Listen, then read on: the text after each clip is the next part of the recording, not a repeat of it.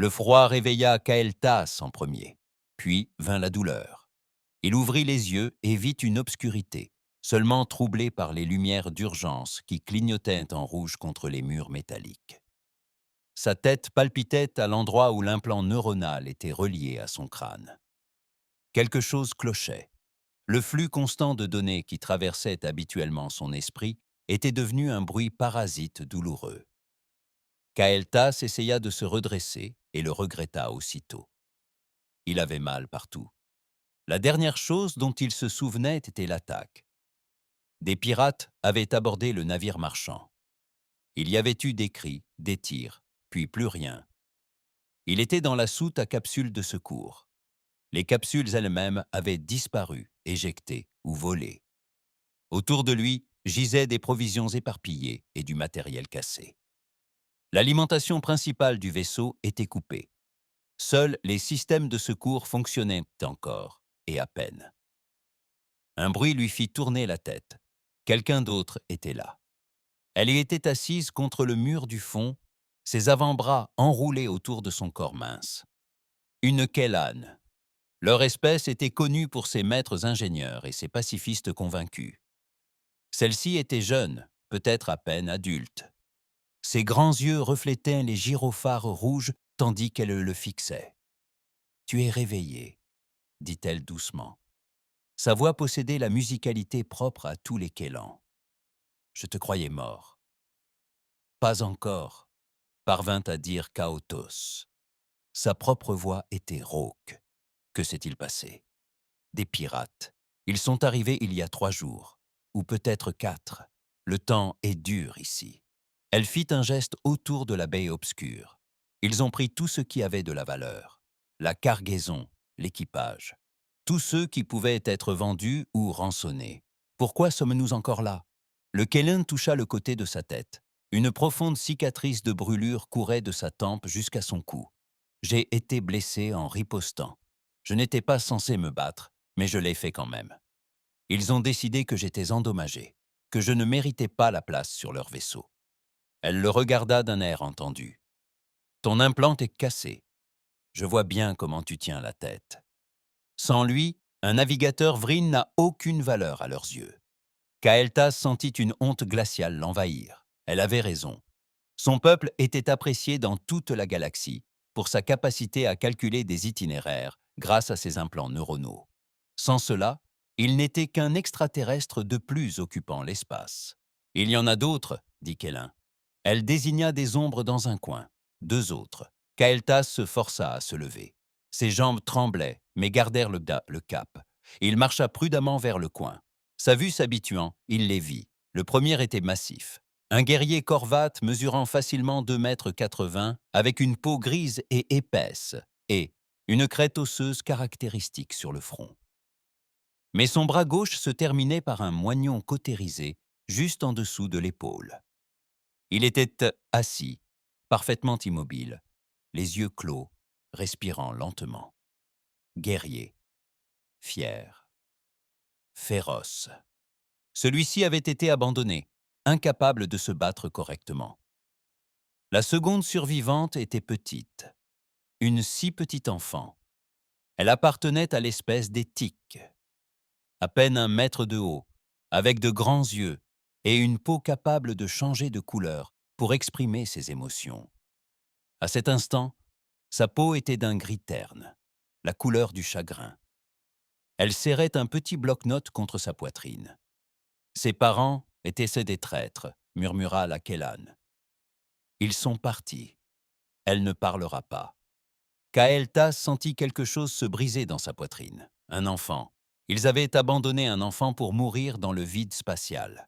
« Je suis Syrah », dit la Kellan en se présentant. « La guerrière est Drex. La petite ne nous a pas dit son nom. »« Kael'thas », répondit-il. Puis il posa la question à laquelle il n'était pas sûr de vouloir une réponse. « Combien de temps avons-nous » L'expression de Syrah devint encore plus triste. J'ai redirigé toute l'énergie restante vers les systèmes de survie et un chauffage minimal. Si nous ne faisons rien et attendons simplement, peut-être 10 jours, peut-être 12. La balise de détresse? Détruite. La balise des pirates? Détruite. Les pirates s'en sont assurés. Communication. Le réseau principal a disparu. Même si je pouvais réparer quelque chose, nous sommes perdus dans le vide. Personne ne vient ici. Les voies de navigation évitent toute cette région. Il faudrait un miracle pour que quelqu'un nous trouve. Kael'thas se dirigea vers le hublot le plus proche. Au-delà de la coque endommagée, l'espace s'étendait à perte de vue. Les étoiles brillaient froides et lointaines. Le vide était appelé ainsi pour une raison. Il était vide, inexploré, dangereux. Les vaisseaux qui y pénétraient revenaient rarement. Son implant tentait de calculer leurs chances de sauvetage. Même endommagés, il pouvait gérer les probabilités simples. La réponse lui revint sous la forme d'un nombre si proche de zéro que ce n'était pratiquement rien. Ils allaient mourir ici. « On devrait se présenter comme il faut », dit soudain Drake. Sa voix était grave et rauque. Il n'avait pas ouvert les yeux, mais visiblement, il écoutait. « Si nous devons mourir ensemble, il faut que nous nous connaissions. »« Je leur ai dit mon nom, » dit Syrah. « Je suis ingénieur. J'ai travaillé sur ce vaisseau pendant 2 ans. J'économisais pour rentrer chez moi et construire une école. » Drake s'ouvrit les yeux. L'or bleu contrastait avec sa peau grise. « Je suis Drex du clan Korvat. J'ai été engagé comme agent de sécurité pour ce voyage. J'ai failli à mon devoir. L'équipage est mort et je survis. Il n'y a aucun honneur là-dedans. » Il regarda son bras manquant. « Mais j'affronterai la mort avec dignité. » Ils regardèrent tous Kael'thas. Il soupira. « Je suis Kael'thas, navigateur. Ma famille s'attendait à ce que je cartographie les colonies extérieures. Au lieu de cela, je mourais dans un espace inconnu. L'ironie ne m'échappe pas. » La petite enfant, repas de tic, remua. Elle leva vers eux ses grands yeux. Lorsqu'elle parla, sa voix était à peine un murmure. « Pip, je m'appelle Pip. Bonjour Pip. » Syrah dit doucement. « Nous sommes heureux que vous nous ayez dit. » La peau de l'enfant vacilla un instant d'un jaune pâle avant de revenir au gris. Le jaune signifiait la gratitude parmi son peuple. Les 4 survivants étaient assis ensemble dans l'obscurité, à l'extérieur du vaste vide. L'espace les entourait. Le vaisseau dérivait sans puissance, sans direction, sans espoir. Kael'thas cherchait quelque chose à dire, des mots de réconfort. Mais son peuple n'était pas doué pour le réconfort. Il se fiait aux faits et aux chiffres, et les faits disaient qu'ils étaient morts. « Mon peuple a une tradition, » dit DX dans le silence. Quand les guerriers savent que la mort approche, ils racontent des histoires. Ils partagent leurs victoires et leurs échecs. Ils s'assurent que leur vie a un sens.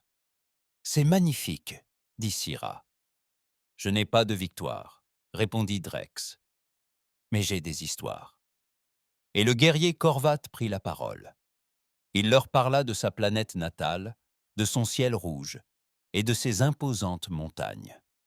Il leur raconta sa première bataille et sa plus grande honte.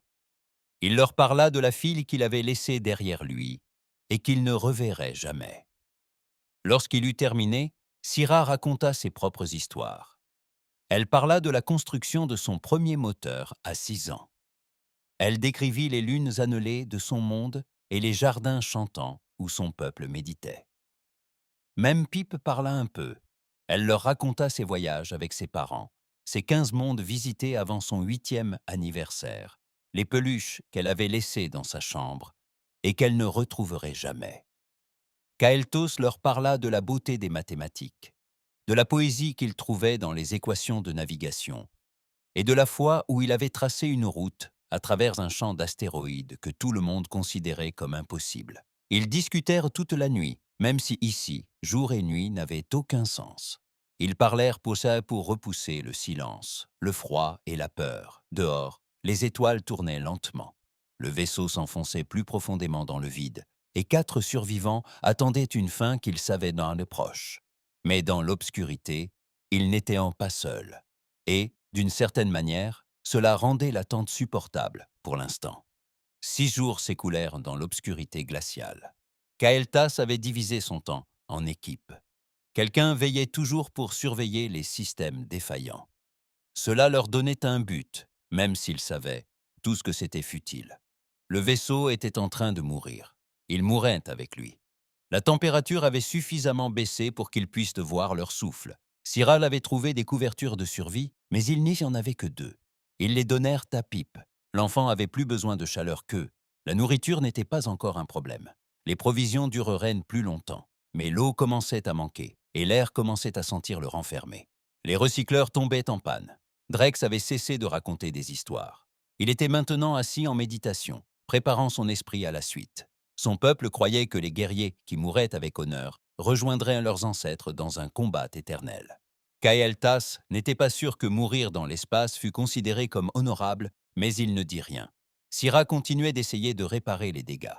Ses avant-mains travaillaient sans relâche, démontant les panneaux brisés et tentant de rediriger le courant. Kael'thas savait que c'était sans espoir. Les dégâts étaient trop importants, mais il la laissait travailler. Cela l'aidait à tenir le coup. Pip était devenue très silencieuse. Sa peau restait d'un gris terne. Elle dormait maintenant la plupart du temps, recroquevillée sous les couvertures. Parfois, elle pleurait doucement. Kael'thas ne savait pas réconforter un enfant. Aucun d'eux ne le savait. Le 7e jour, Kael'thas prit une décision. Nous devrions couper les respirateurs artificiels dans les autres sections, dit-il à Syrah. Concentre-toi ici. Cela pourrait nous faire gagner 3 jours de plus. Syrah le regarda avec des yeux fatigués. 3 jours de plus comme ça? 3 jours de plus à vivre. Est-ce mieux? Kael'thas n'avait pas de réponse. Mais Syrah procéda quand même au changement. Le vaisseau devint encore plus froid dans les sections au-delà de leur baie. Les lumières de secours dans les couloirs s'éteignirent. Ils s'enfermaient dans un tombeau, mais c'était un tombeau où ils pourraient respirer un peu plus longtemps. Le 8e jour, Drex reprit la parole. « Je suis désolé, » dit le guerrier. Tous le regardèrent. J'ai été engagé pour protéger ce vaisseau. Pour protéger l'équipage, j'ai échoué. Tu es ici parce que j'ai échoué. Tu as perdu au bras de fer, dit doucement Syrah. Personne ne peut te blâmer. Je m'en veux à moi-même. Drax regarda son moignon. Un vrai guerrier serait mort au combat. Au lieu de ça, je suis ici, mourant lentement, inutilement. Tu n'es pas inutile, dit soudain Pip. Sa voix était faible mais claire. Tu n'es pas inutile, dit soudain Pip.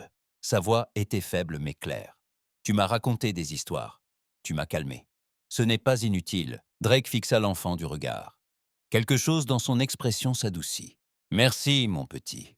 Le 9e jour, quelque chose d'impossible se produisit.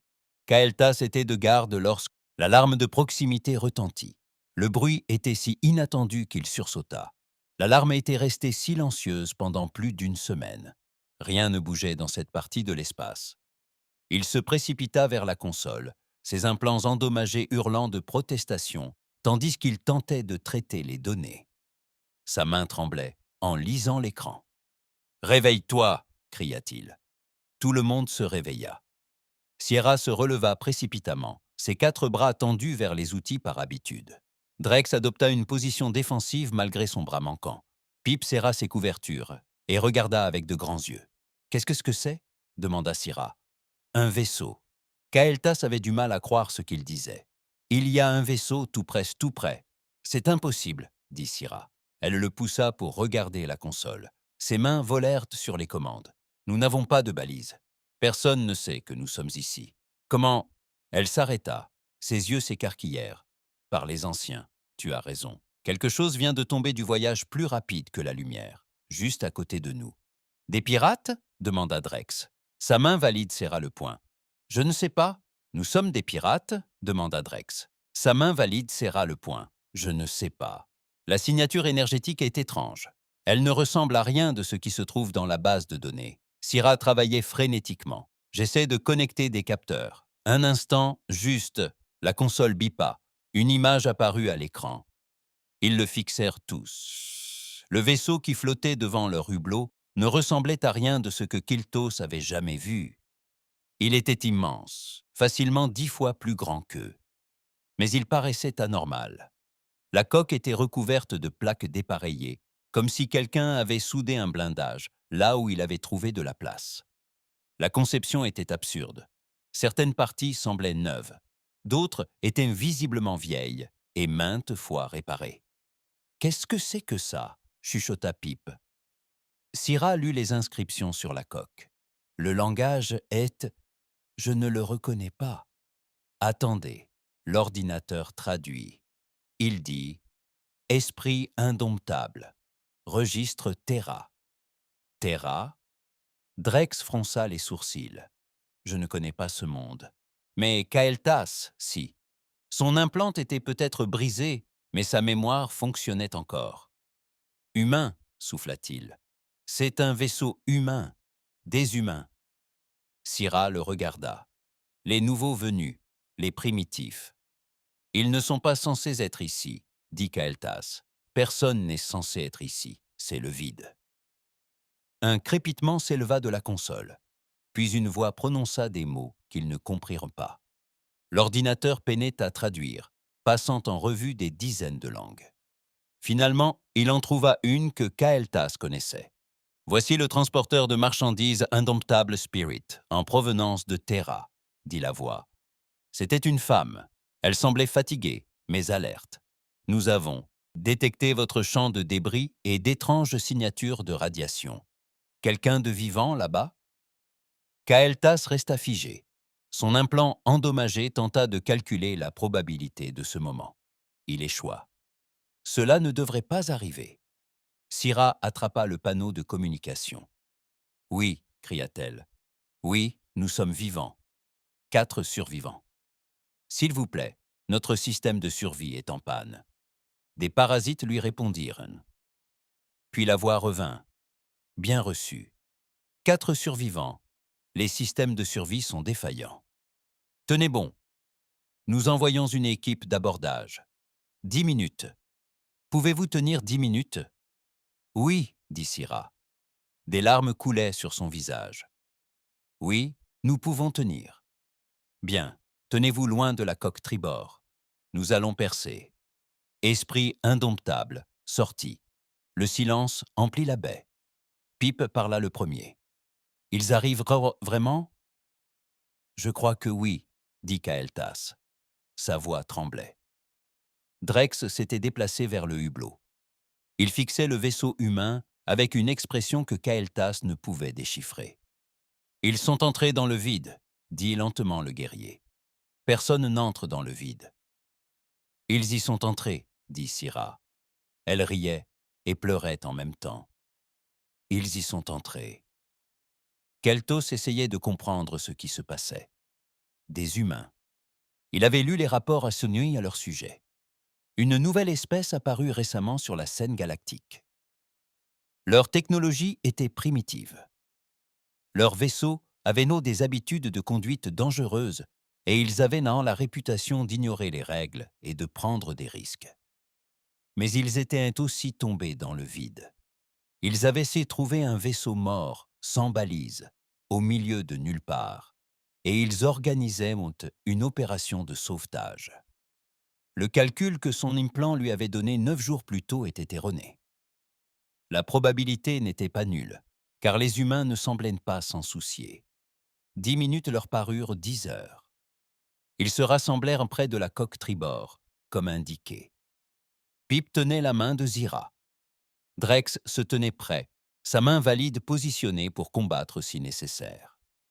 Kael'to attendit simplement, l'esprit en ébullition, puis ils l'entendirent. Un gémissement aigu, le bruit d'outils coupant sur le métal. Des étincelles commencèrent à pleuvoir d'en haut. Un gémissement aigu, le bruit d'outils coupant sur le métal. Des étincelles commencèrent à pleuvoir d'en haut. Une section circulaire de la coque brilla en rouge, puis en blanc. Une odeur de métal brûlé emplit l'air. Avec un bruit métallique, la section s'effondra. Une lumière se déversa par le trou. Une lumière vive et chaude. Une silhouette apparut dans l'ouverture. Elle portait une combinaison épaisse, avec un casque réfléchissant. La combinaison paraissait vieille et rapiécée à plusieurs endroits. La silhouette sauta dans la baie avec un bruit sourd. D'autres silhouettes suivirent. 5 au total. Elles se déplacèrent rapidement, transportant leur équipement. La première silhouette tendit la main et retira son casque. Kaltos se surprit à contempler une humaine pour la première fois. Elle était plus âgée, avec une peau plus foncée que la sienne et des cheveux grisonnants. Son visage était ridé, mais son regard était à la fois vif et bienveillant. « Je suis le capitaine Maria Santos », dit-elle dans la langue que l'ordinateur avait traduite. « On dirait que vous avez passé une très mauvaise semaine. » Sierra émit un son mi-rire, mi-sanglot. Le capitaine sourit. Son visage se transforma. « Allez, viens, on vous emmène au chaud. J'imagine que vous auriez tous besoin d'un repas chaud et d'un bon lit. » Un autre humain s'approcha de Pip. L'enfant recula, mais l'humain s'arrêta et s'agenouilla à sa hauteur. Il retira son casque, révélant un jeune visage à la peau étrangement pâle et aux cheveux d'un jaune éclatant. « Salut, mon petit, » dit-il doucement. « Je m'appelle Eric. Tu veux venir avec nous? On a des couvertures chaudes et des biscuits. Tu aimes les biscuits ?» Pip regarda Syrah. L'ingénieur hocha la tête. Lentement, l'enfant tendit la main et prit celle d'Eric. Le capitaine les regarda tous. « Pouvez-vous tous marcher ?» dit Drake. Sa voix était chargée d'émotion. « Nous pouvons marcher. Alors, rentrons. » Et ainsi, les 9 jours d'attente de la mort prirent fin. Les humains étaient arrivés. Le vaisseau humain ne ressemblait en rien à ce que Kael'thas s'attendait. L'équipe d'embarquement les conduisit à travers des couloirs exigus et bruyants. Des tuyaux couraient le long des murs et du plafond, certains enveloppés de ce qui ressemblait à du ruban adhésif. Les dalles de plancher étaient dépareillées. Tout semblait avoir été réparé à maintes reprises avec les matériaux disponibles. L'atmosphère aurait dû paraître primitive. Au lieu de cela, elle semblait vivante. Les gens passaient sans cesse devant eux, des humains de toute taille et de toutes couleurs, portant des uniformes au style très variés. Ils s'interpellaient en plusieurs langues. Quelqu'un jouait de la musique quelque part, un rythme sourd qui résonnait à travers les murs. L'air sentait l'huile, la nourriture en train de cuire, et quelque chose que Kael'thas ne parvenait pas à identifier. « Désolé pour le désordre », dit le capitaine Santos en les conduisant plus loin dans le navire. « Nous sommes un navire en service. Pas le temps pour les beaux jours, c'est parfait, » dit Syrah. Ses grands yeux tentèrent d'essayer de tout observer d'un coup. Ils arrivèrent à ce que le capitaine appelait l'infirmerie. Elle était petite et encombrée, mais propre. Une humaine à la peau très foncée et aux cheveux argentés leva les yeux de l'écran d'ordinateur. Elle portait des lunettes, ce que Kael'thas trouva étrange. La plupart des espèces corrigeaient les problèmes de vue il y a des siècles. « Docteur Adisa », dit le capitaine. 4 patients. Hypothermie, malnutrition, blessures possibles. Le médecin se leva aussitôt. « Amenez-les. Eric, j'ai besoin de votre aide. » Ce qui se passa ensuite les choqua tous. Le médecin les traita tous avec la même attention. Elle commença par Pip, car c'était l'enfant le plus petit et le plus vulnérable. Puis Syrah, puis Drex, puis Kael'thas. Elle ne leur demanda ni leur espèce ni leur statut. Elle les aida simplement. Lorsqu'elle examina Kael'thas, ses doigts palpèrent délicatement la zone autour de son implant. « Cela vous fait mal, » dit-elle. Ce n'était pas une question, c'était endommagé. Je n'ai pas les moyens de le remplacer. Le docteur Adissa émit un son désapprobateur. Nous vous donnerons quelque chose pour la douleur. Je n'ai pas les moyens de me le procurer. Le docteur Adissa laissa échapper un son de désapprobation. On vous donnera un remède contre la douleur. Je ne peux pas réparer l'implant lui-même, mais je peux soulager les maux de tête. Pourquoi? La question jaillit avant que Kael'thas ne puisse l'arrêter. Le médecin le regarda, perplexe. Pourquoi quoi? Pourquoi m'aider? Je n'ai aucun moyen de vous payer. Je ne vous suis d'aucune utilité. L'expression du médecin changea. Elle paraissait à la fois triste et un peu en colère. Parce que vous êtes blessé et qu'on peut vous aider. C'est une raison suffisante. Elle lui tapota l'épaule. Repose-toi maintenant. Tu es en sécurité ici. Kaotos ne comprenait pas, mais il était trop fatigué pour discuter. On leur donna des logements. De petites chambres avec de vrais lits. Pip fut placé dans une chambre à côté de Syrah pour que l'ingénieur puisse la surveiller. Drex et Kael'thas partageaient un espace de l'autre côté du couloir. « C'est réel », dit Drex doucement en s'asseyant sur son lit. C'était trop petit pour sa grande carrure, mais il le regardait comme s'il était en or. « Nous sommes bel et bien vivants. Nous sommes vivants. » Kael'thas acquiesça. Cette nuit-là, ou ce qui lui servait de nuit sur le vaisseau, Kael'thas ne put dormir. Les analgésiques que le médecin lui avait prescrits firent effet. Il avait l'esprit plus clair qu'il ne l'avait été depuis des semaines. Mais son esprit ne cessait de réfléchir. Il quitta ses quartiers et parcourut les couloirs. Personne ne l'arrêta. Quelques membres d'équipage hochèrent net la tête à leur passage. Une jeune femme aux cheveux roux vifs sourit et dit quelque chose qu'il ne comprit pas, mais son ton était amical. Il se retrouva dans une salle d'observation. Une grande fenêtre donnait sur les étoiles. Plusieurs membres d'équipage étaient assis à des tables, mangeant et discutant. Il lui jetait un coup d'œil, mais ne semblait qu'autre pas préoccupé par sa présence. Kelto se tenait à la fenêtre et essayait de comprendre la situation. Insomnie? Il se retourna.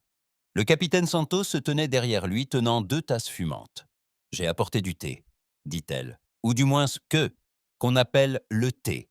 Ce n'est peut-être pas ce que boit ton espèce, mais c'est chaud et ça m'aide à réfléchir. » Elle lui offrit une des tasses. Keltos la prit avec précaution. La chaleur était agréable dans ses mains. Il huma le liquide. Il sentait bon les fleurs et la terre. Le capitaine se tenait à côté de lui et contemplait les étoiles. Un long moment, ils restèrent silencieux. « Pourquoi es-tu ici ?» demanda finalement Kael'thas. « Dans le vide, personne ne vient ici. » Santos sirota son thé. « C'est exactement pour ça qu'on vient ici, parce que personne d'autre ne vient. Thé, c'est exactement pour ça qu'on vient ici, parce que personne d'autre ne vient. Je ne comprends pas. » Le capitaine sourit. « Les humains ont un dicton. Personne n'est laissé pour compte. Cela signifie qu'on n'abandonne pas son peuple. Mais avec le temps, cela a pris une signification plus profonde. On n'abandonne personne si on peut l'éviter. Mais nous ne sommes pas des vôtres, n'est-ce pas ?» Santos le regarda. « Vous êtes des vôtres. Vous aviez besoin d'aide. Cela fait de vous notre responsabilité. Ce n'est pas logique. Vous gaspillez des ressources. Vous risquez votre navire et votre équipage. Peut-être. » Le capitaine haussa les épaules. « Mais voilà le problème avec les humains. Nous ne faisons pas toujours ce qui est logique. Nous faisons ce qui est juste. Et laisser quelqu'un mourir alors qu'on peut l'aider, ce n'est jamais bien. » Kael'thas réfléchit. Son implant endommagé peinait à accepter le concept. Les calculs ne fonctionnaient pas. L'analyse coût-bénéfice échoua, mais les humains, d'une manière ou d'une autre, réussirent à le faire fonctionner. « Votre vaisseau, dit-il. C'est étrange. La conception est inefficace. Plusieurs systèmes redondants, sauvegarde manuelle, verrous physiques et électroniques. Santos rit, vous avez remarqué? Oui, on suringénierie tout. Ça rend les espèces les plus évoluées folles. Mais voyez-vous, la Terre est ce qu'on appelle un monde de mort. Tout y cherche à vous tuer. La météo, les animaux, les plantes, et même le sol parfois. Nous avons appris très tôt que les plans échouent.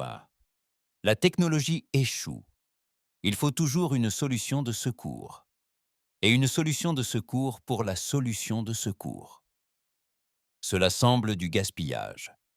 Vraiment, nous venons de vous retrouver au milieu de nulle part, car nos capteurs longue portée ont détecté une étrange radiation qui n'aurait pas dû être là.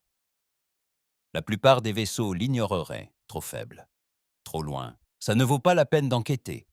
Mais notre opérateur de capteur, un jeune nommé Rachid, a insisté sur le fait que quelque chose n'allait pas.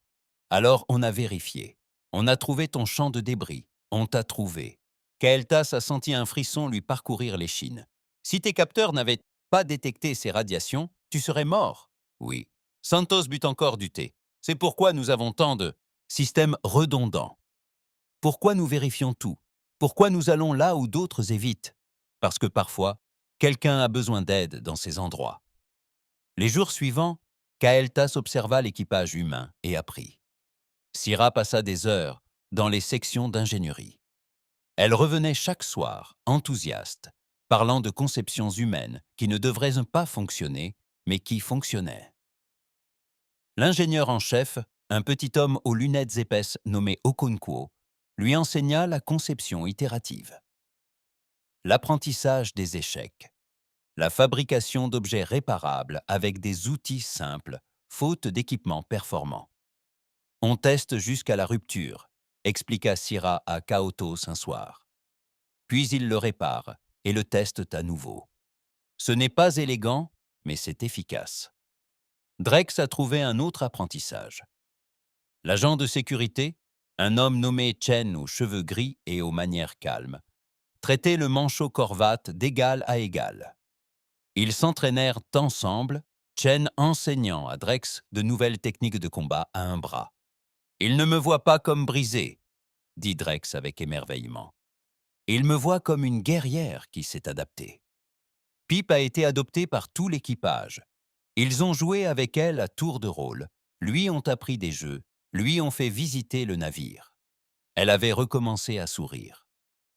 Sa peau était maintenant jaunâtre et bleue, joie et curiosité. Un soir, Kael'thas la trouva aux messes. Elle était assise avec Eric, le jeune homme qu'il avait porté à bord. Il lui apprenait un jeu de cartes. « Elle est douée pour ça, » dit Eric avec un sourire. « Tu m'as déjà battu 3 fois. » La peau de Pip s'illumina d'un bleu éclatant. Elle était fière d'elle. Kael'thas s'assit en face d'eux. « Tu passes beaucoup de temps avec elle ?»« Bien sûr. C'est une enfant. Les enfants ont besoin d'attention, de jeu et de sécurité. » Eric a redistribué les cartes. « Et puis, elle est drôle. Hier, elle m'a demandé pourquoi les humains n'ont que 2 bras. Elle a dit que ça lui semblait gênant. « Ça lui semble gênant, » a dit Pip sérieusement. Eric a ri. « Tu sais quoi? Tu as raison. Très gênant. » En les observant, Kael'thas ressentit quelque chose qu'il n'avait pas ressenti depuis longtemps, de l'espoir. Non pas pour lui-même, mais pour l'avenir, pour ce que la galaxie pourrait devenir avec les humains. Cette nuit-là, le capitaine Santos annonça qu'ils atteindraient une station dans 2 jours. Les survivants y seraient transférés auprès de représentants de leur espèce. Kael'thas aurait dû se sentir soulagé. Au contraire, il se sentit triste. Il n'était pas encore prêt à partir. Il restait tant à comprendre sur ces humains étranges, illogiques et merveilleux. Mais le destin en avait décidé autrement. La dernière nuit avant d'atteindre la station, les alarmes retentirent dans tout le vaisseau. Kael'thas se précipita hors de ses quartiers et trouva les membres d'équipage qui regagnaient leur poste. Chen apparut, le visage sombre. « Poste de combat. Nous avons des compagnons, et ils ne sont pas amicaux. »« Qui ?» demanda Kael'thas. « Des pirates. Le même clan qui a attaqué votre navire. » La main de Chen reposait sur son arme. « Ils exigent qu'on vous livre. Tous les 4. » Kael'thas sentit la glace lui monter à l'estomac. Les pirates les avaient trouvés, et ils voulaient finir ce qu'ils avaient commencé. « Que vas-tu faire ?» demanda-t-il doucement. Chen le regarda. Le regard de l'agent de sécurité était calme, mais dur comme la pierre. Le capitaine leur avait déjà dit non. Alors maintenant, on se bat. Tu te battras pour nous? On n'est rien pour toi. Tu fais partie de l'équipage, dit simplement Chen. Peut-être pas membre officiel de l'équipage, mais tu as mangé à notre table. Tu as dormi sous notre toit. Cela fait de vous les nôtres, et nous protégeons les nôtres. L'humain s'éloigna pour se préparer au combat. Kael'thas se tenait dans le couloir, l'esprit en ébullition. Les humains allaient se battre pour eux, pour 4 survivants qu'ils connaissaient depuis moins de 2 semaines. C'était illogique, inutile, dangereux. C'était la plus belle chose que Kael'thas ait jamais vue. Les pirates leur avaient donné une heure pour obtempérer. La capitaine Santos se tenait sur la passerelle, le visage impassible. Autour d'elle, l'équipage travaillait à ses postes avec une efficacité rapide. Kael'thas avait été autorisé à observer depuis le fond de la passerelle. Syrah se tenait à ses côtés, les mains crispées nerveusement. Drex avait insisté pour accompagner Chen à l'armurerie. Pip était dans la partie la plus sûre du navire, avec le docteur Adissa. « État », dit le capitaine. « 3 navires pirates », rapporta l'opérateur du capteur. Le jeune homme nommé Rachid. 2 corvettes et 1 frégate. La frégate était vieille, mais elle a été modifiée. Armes lourdes. « Nous sommes un transporteur de marchandises », chuchota Syrah à Kael'thas. « Comment peuvent-ils combattre 3 vaisseaux militaires ?» Kael'thas n'avait pas de réponse, mais le capitaine Santos ne semblait pas inquiet. Il semblait concentré. « Oh, Conquo !» dit-elle à l'ingénieur en chef par le système de communication. « Comment ça se passe ?» La voix de l'ingénieur lui parvint, légèrement déformée. « Tous les systèmes sont opérationnels, capitaine. J'ai redirigé la puissance vers les boucliers et les armes. Nous sommes pleinement opérationnels. » Bien. Chen, comment va la sécurité? Armée est prête. Toutes les contre-mesures d'abordage sont activées. Santos hocha la tête. Elle se tourna vers Keltos et Syrah. « Vous devriez aller dans un endroit plus sûr. Nous voulons rester, dit Syrah. Si nous sommes la raison de votre combat, nous devrions le voir. » Le capitaine les observa un instant, puis hocha la tête. « Restez contre le mur du fond, ne touchez à rien. » Une demande de communication arriva. Santos l'accepta. Le visage du chef pirate apparut à l'écran. C'était un Kranix, une espèce connue pour sa violence et sa cupidité. Ses écailles étaient marquées de cicatrices et ses yeux étaient jaunes aux pupilles fendues. « Vaisseau humain, gronda-t-il. Vous avez 1 heure pour nous livrer les survivants. Sinon, nous les prendrons de force. Et nous prendrons aussi votre vaisseau et votre équipage. » Santos sourit. Ce n'était pas un sourire amical. « J'ai une contre-proposition. Faites demi-tour et partez maintenant. Nous ferons comme si cette rencontre n'avait jamais eu lieu. » Le Kranix rit. « Tu crois pouvoir nous combattre? Tu es un cargo. Nous avons 3 navires de guerre. Ce n'est pas une négociation. »« Tu as raison, » dit Santos. Son sourire disparut. « Ce n'en est pas une. Voilà ce qui va se passer. Tu vas nous attaquer parce que tu es trop stupide pour reculer. Nous allons nous défendre. Et quand tout cela sera terminé, vous regretterez de nous avoir trouvés. » Les yeux du Kranix s'écarquillèrent de colère. « Vous osez. » Santos coupa la communication. 30 minutes avant qu'il soit à portée de tir, rapporta Rachid. La capitaine s'assit dans son fauteuil. « Bien, ça nous laisse le temps de nous préparer. Barreur, je veux que vous calculiez une route qui nous mène à travers cet amas d'astéroïdes, à tribord. » Capitaine, le barreur semblait perplexe. « Cet amas est dense, c'est dangereux. » Exactement. Les pirates aiment les cibles faciles. « Rendons la tâche difficile, » dit Santos en regardant son équipage. « Souvenez-vous de votre entraînement. Souvenez-vous pourquoi nous faisons cela. Personne n'est laissé pour compte. Surtout pas sous notre surveillance. » L'œil équipage réagit avec détermination. Kael'thas le vit sur leur visage. Ils avaient baissé peur, mais ils ne reculaient pas. Syrah se pencha vers lui. « Je ne comprends pas. Pourquoi ne pas nous abandonner, tout simplement? Nous ne méritons pas qu'on meure pour nous. » Avant que Kael'thas puisse répondre, la capitaine reprit la parole. Elle avait entendu le murmure de Syrah. « Laissez-moi vous dire quelque chose sur les humains, » dit Santos. « Mes ancêtres viennent d'un endroit appelé la Terre, plus précisément d'un pays appelé le Portugal. Il y a des centaines d'années, ils naviguaient sur de vastes océans sur des bateaux en bois. Ils ignoraient ce qui les attendait de l'autre côté. Ils ignoraient s'ils survivraient. Mais ils y allèrent quand même. Savez-vous pourquoi? » Syrah secoua la tête. Parce qu'ils refusaient de croire que l'horizon était la fin. Ils refusaient d'accepter les limites. Et ils refusaient d'abandonner leur équipage, quoi qu'il arrive. Santos se leva. « C'est dans notre sang, dans notre culture, au plus profond de nos âmes.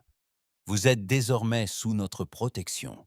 Cela signifie quelque chose pour nous. » Le vaisseau trembla en s'approchant de l'amas d'astéroïdes. 20 minutes, a dit Rachid. Kael'thas observait l'écran. Les astéroïdes se rapprochaient. Certains étaient immenses, plus grands que le navire. D'autres étaient petits, mais rapides. Les traversées exigeraient habileté et chance. Son implant endommagé tenta de calculer un chemin sûr, mais échoua. Il y avait trop de variables, Mais le timonier humain n'hésita pas. Ses mains manœuvrèrent les commandes avec assurance. Elle entra dans la mât, annonça-t-elle. Le vaisseau zigzagua entre les astéroïdes. Kael'thas retint son souffle. Ils passèrent à quelques mètres de la collision à plusieurs reprises, mais le timonier ne vacilla pas. « Des pirates nous suivent, » dit Rachid. « Ils ont l'air en colère. »« Bien, » répondit Santos. « Les gens en colère font des erreurs. » Le vaisseau s'enfonça plus profondément dans l'amas. Sur l'écran, Kaltos pouvait voir les vaisseaux pirates qui les poursuivaient. Ils étaient plus rapides et plus manœuvrables. Mais les astéroïdes les forcèrent à ralentir. « Portez des armes ?»« 5 minutes » rapporta Rachid. Santos activa le système de communication du vaisseau. « À bord, ici le capitaine. Nous sommes sur le point d'engager des forces hostiles. Souvenez-vous de votre entraînement. Combattez intelligemment, combattez avec acharnement et, surtout, combattez les uns pour les autres. » Santos terminé. Kael'thas sentit son cœur battre plus fort. Il n'avait jamais participé à une bataille auparavant. Son peuple était composé de navigateurs et d'érudits, pas de guerriers. Mais ces humains étaient nés sur un monde de morts. Ils savaient se battre. « Tirs imminents !» cria Rachid. Le vaisseau tangua lorsque les armes énergétiques frappèrent les boucliers. Les alarmes retentirent. « Ripostez !» ordonna Santos. « Visez la corvette la plus proche. » Les armes du cargo n'étaient pas aussi puissantes que des armes militaires, mais elles étaient bien entretenues et précises. De brillants faisceaux d'énergie fusèrent vers le navire pirate. « Touché !» confirma Rachid. « Leurs boucliers se tiennent. »« Encore une fois !» dit calmement Santos. Ils tirèrent 3 fois de plus. Les boucliers de la corvette pirate vacillèrent et s'éteignirent. Le tir suivant toucha directement la coque, déchirant le blindage. « Il se détache », dit Rachid avec enthousiasme. Mais les 2 autres navires pirates continuaient d'avancer. Santos se leva. « Barre, manœuvre d'urgence. Faites-nous tourner autour de ce gros astéroïde, à bâbord. Utilisez-le comme couverture. Capitaine, la pression sur la coque, faites-le. » Le timonier obéit. Le navire décrivit un arc de cercle serré qui donna la nausée à Kael'thas. Ils contournèrent l'astéroïde juste au moment où les pirates tiraient à nouveau. L'explosion d'énergie frappa l'astéroïde, le fragmentant en milliers de morceaux. Santos cria alors, propulsant son vaisseau à travers le champ de débris. Le vaisseau accéléra droit vers le nuage de fragments, d'astéroïdes. Kael'thas crut qu'ils allaient mourir. Syrah lui saisit le bras de 2 mains, mais le timonier avait parfaitement calculé son coup. Les fragments se dispersaient, créant des brèches juste assez larges pour permettre au navire de passer. Les pirates tentèrent de les suivre, mais leur navire était plus imposant et moins manœuvrable. L'un d'eux ne put ralentir à temps. Il percuta un gros fragment, l'impact écrasant le bol. « Encore un de moins », dit Rachid. « Restait la frégate, le plus grand et le plus dangereux des 3 navires. » « Ils chargent leurs armes », avertit Rachid. « La signature énergétique est énorme.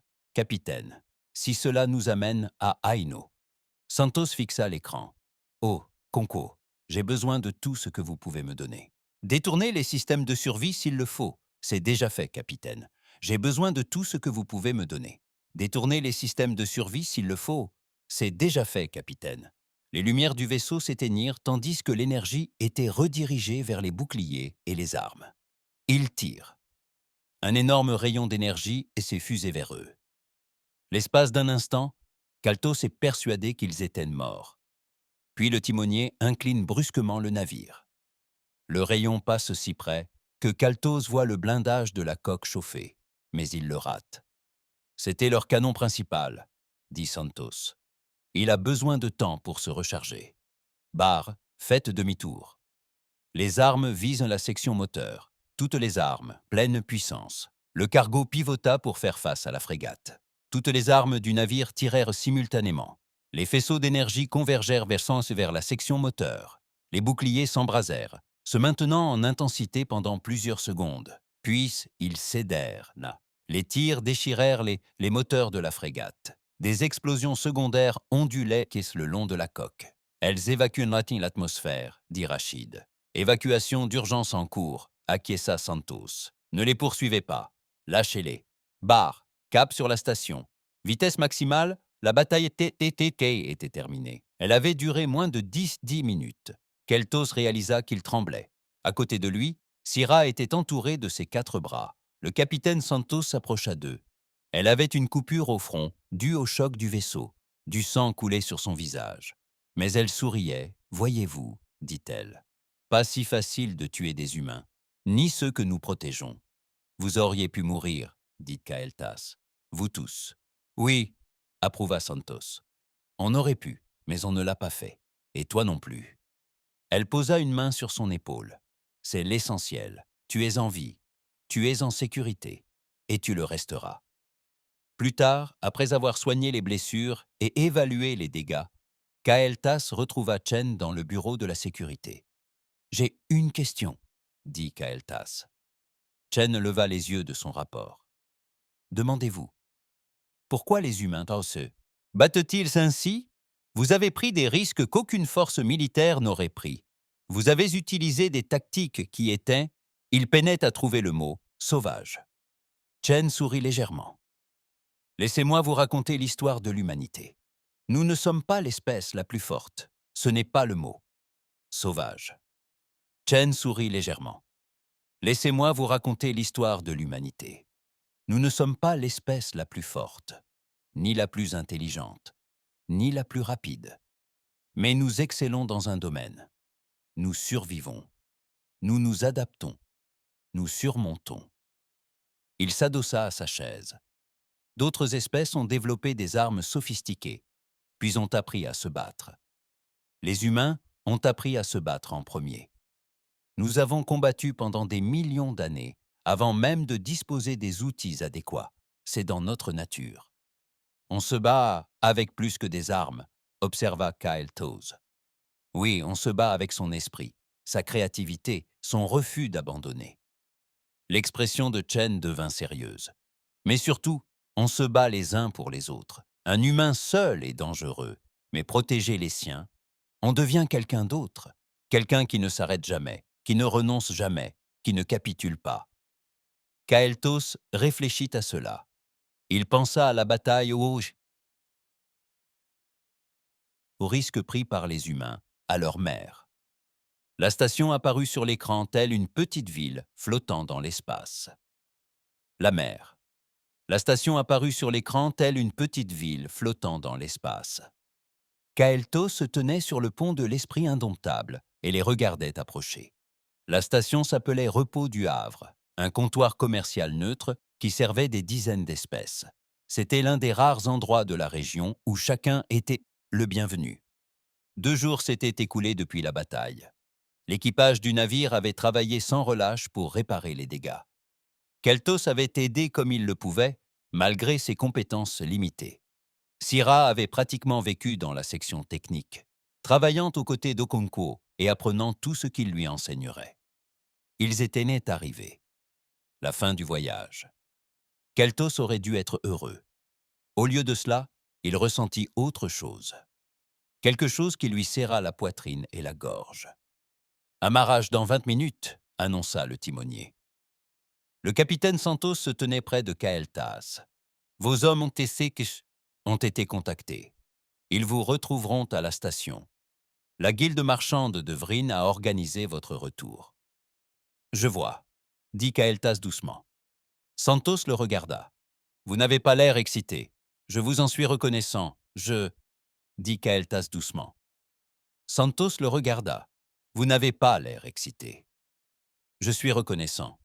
C'est juste que... » Il peinait à trouver les mots. « Je ne suis pas prêt à partir, » sourit le capitaine. « Tu n'es avec nous que depuis 12 jours, les 12 jours les plus importants de ma vie. » Santos posa sa main sur son épaule. « Tu es toujours le bienvenu, si jamais tu as besoin d'un navire. Si jamais tu as besoin d'aide, contacte-nous. » « Oh non, Sambatsu. » « Tu comprends ?» Kael'thas hocha la tête, méfiant de sa voix. Le navire accosta en douceur. Le sas s'ouvrit avec un bruit sourd. Il était temps. Les 4 survivants se rassemblèrent près de la sortie. L'équipage leur avait fourni des vêtements appropriés, ainsi que des dons de diverses personnes. Pip portait une chemise beaucoup trop grande pour elle. Les manches étaient retroussées plusieurs fois. Drex avait un nouveau harnais qui fonctionnait avec son bras manquant. Syrah portait un bloc de données rempli de plans d'ingénierie humaine qu'Okonkwo lui avait offert. Kael'thas ne transportait que des souvenirs. L'équipage vint leur dire au revoir. Le docteur Adissa les serra tous dans ses bras, même Drex, qui parut gêné par ce geste, mais ne s'écarta pas. Eric s'agenouilla et donna à Pip une petite peluche, une créature terrestre qu'il appela un ours. « Alors tu te souviens de nous » dit-il doucement. La peau de Pip s'illumina d'un jaune vif, puis d'un bleu, puis d'une couleur que Kael'thas n'avait jamais vue auparavant. L'amour pur. Chen serra la main de Drex à la manière des guerriers. « Tu t'es bien battu, mon frère. Ton bras ne te diminue pas. Il te renforce, tu t'es adapté. C'est la marque d'un vrai combattant. » Les yeux de Drex étaient humides. Je m'en souviendrai. Okonkwo donna à Syrah un ensemble d'outils, de vrais outils d'ingénieur, de fabrication humaine. Ils sont vieux, mais ils fonctionnent mieux que tout ce qui est neuf. Utilisez-les et pensez à nous. Syrah tenait ces outils comme s'ils étaient de précieux trésors. Je vais construire quelque chose de merveilleux avec, promis. Le capitaine Santos se tenait devant Kael'thas. Elle tendit un petit appareil. « Unité de communication, dit-elle. Ligne directe avec ce vaisseau. N'importe quand, n'importe où. Si vous avez besoin de nous, appelez-nous. » Kael'thas prit l'appareil. Ses mains tremblèrent. « Merci. Pour tout. Si vous avez besoin de nous, appelez-nous. » Kael'thas prit l'appareil. Ses mains tremblèrent en « Merci. Pour tout. De nous avoir sauvés. Pour nous avoir appris quelque chose. Pour… » Sa voix se brisa. « Pour nous avoir montré ce que nous pouvions être. » Santos le serra dans ses bras. Kael'thas avait lu que les humains faisaient cela pour montrer leur affection. C'était étrange, mais réconfortant et réconfortant. « Prends soin de toi, » dit-elle, « et prends soin d'eux. » Elle fit un signe de tête aux autres. « Vous êtes une famille maintenant. » Les familles restent soudées. Puis vint le moment. Le sas s'ouvrit. Derrière, la station grouillait d'activité.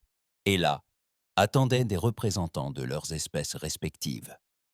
Un groupe de Vrins se tenait ensemble. Leurs implants neuronaux brillaient doucement. Ils portaient les robes de cérémonie de la guilde des marchands. L'un d'eux s'avança. « Kael'thas, dit-il d'une voix froide et solennelle, nous avons organisé votre traversée. L'établissement médical tentera de réparer votre implant, mais avec un tel niveau de dégâts, vous pourriez ne plus jamais naviguer. » Kael'thas regarda les Vrins, son peuple, mais ils lui semblaient étrangers. Derrière lui, le capitaine Santos prit la parole. Il a survécu à des épreuves impossibles, a fait preuve de courage et de force. Cela ne compte pour rien. Le Vryn la regarda avec un dégoût à peine dissimulé. Il est endommagé. Il n'a aucune valeur tant qu'il n'est pas réparé. C'est de la simple économie. Il n'a aucune valeur tant qu'il n'est pas réparé. C'est de la simple économie. C'est de la pure cruauté, dit Santos. Sa voix était dure. Le Vryn l'ignora et fit signe à Kael'thas de le suivre. Kael'thas se tourna vers l'équipage humain, vers le vaisseau qu'il avait sauvé, vers ceux qu'il avait traités comme s'ils comptaient, même lorsqu'il était brisé. Il prit une décision. « Non, dit-il. Il prit une décision. »« Non, dit-il. » Le Vryn s'arrêta. « Qu'as-tu dit ?»« J'ai dit non.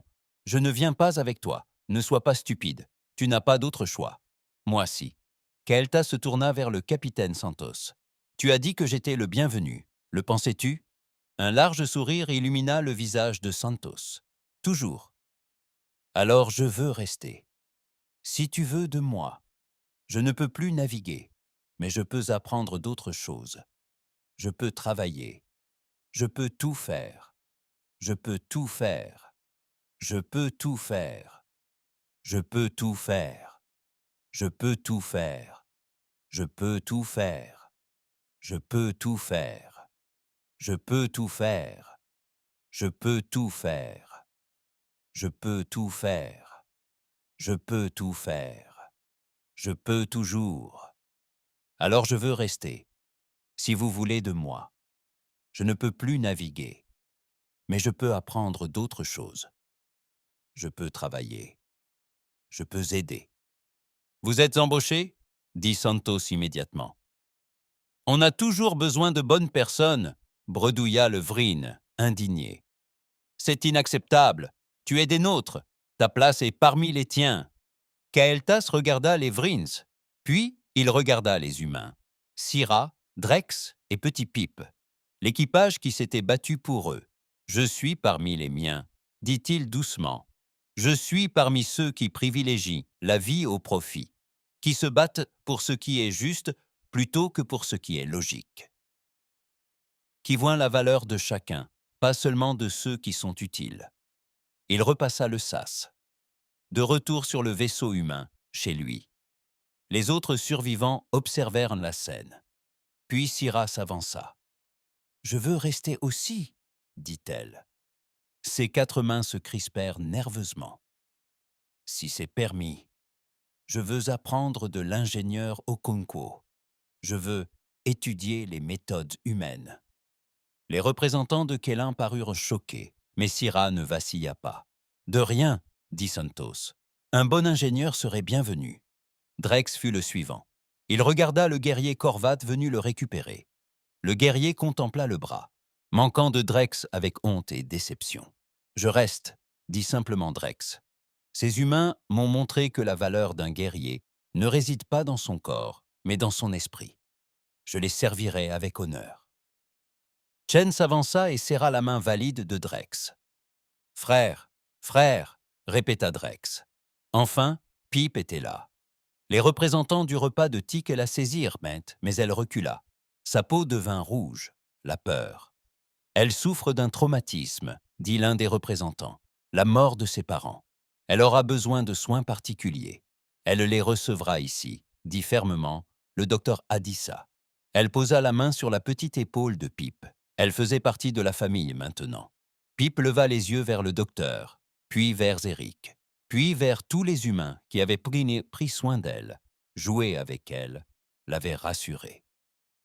Sa peau changea de couleur avant de prendre une chaude teinte dorée. Elle prit la main du docteur Adissa et hocha la tête.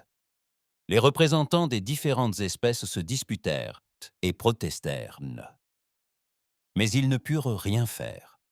Les survivants étaient des adultes, libres de leur choix. Et dans le cas de Pip, les humains avaient déjà déposé une demande de tutelle en vertu de la loi galactique. Le sas se referma. Les survivants étaient désormais membres de l'équipage de l'indomptable Spirit. Le capitaine Santos les rassembla. « Bienvenue à bord. Officiellement, cette fois. Vous travaillerez, vous apprendrez, vous gagnerez votre place. Mais vous ne serez jamais seul. Et vous ne serez jamais abandonné. C'est la voie humaine. » Le navire quitta le repos du Havre 6 heures plus tard. Les réparations étaient terminées. Les provisions chargées et l'équipage comptait 4 membres de plus. Kael'thas se tenait à son nouveau poste. Ce n'était pas de la navigation. Il n'avait pas besoin de son implant pour ça. Il apprenait les communications et les capteurs. Rachid lui enseignait, patient et bienveillant.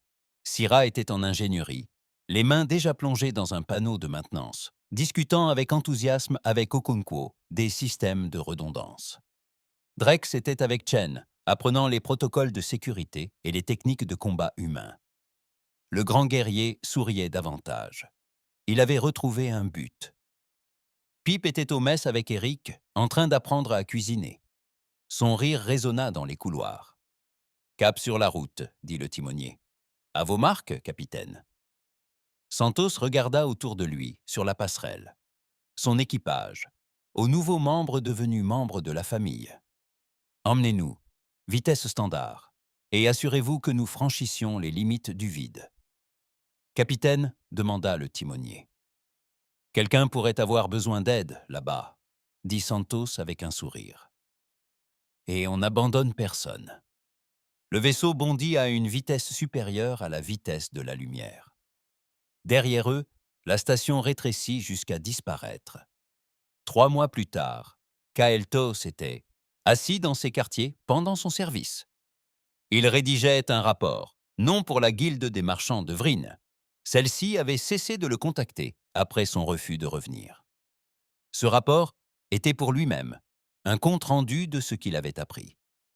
Il y écrivait sur l'inefficacité humaine, pourtant redondante, sur leur compassion illogique qui sauvait des vies, sur leur combativité féroce contrebalancée par une profonde bonté, sur leur refus d'abandonner qui que ce soit, même lorsque cela n'avait aucun sens économique. Il racontait comment 4 survivants avaient été sauvés d'une mort certaine par une espèce que la galaxie considérait comme primitive, et comment ces survivants avaient choisi de rester auprès de leur sauveteur plutôt que de retourner auprès des leurs. Il parlait de la famille, non pas celle dans laquelle on est né, mais celle qu'on a choisie, celle qui nous a choisis à nouveau. Son implant cassé ne fonctionnerait plus jamais. Le docteur Adissa avait tout essayé. Mais Kael'thas découvrit que cela ne le dérangeait plus. Il n'avait pas besoin de calculs complexes pour comprendre l'essentiel. Un coup frappé à sa porte interrompit ses pensées. « Entrez », appela-t-il. Pip entra, la peau d'un bleu joyeux. Elle avait grandi ces derniers mois, sauve derniers mois.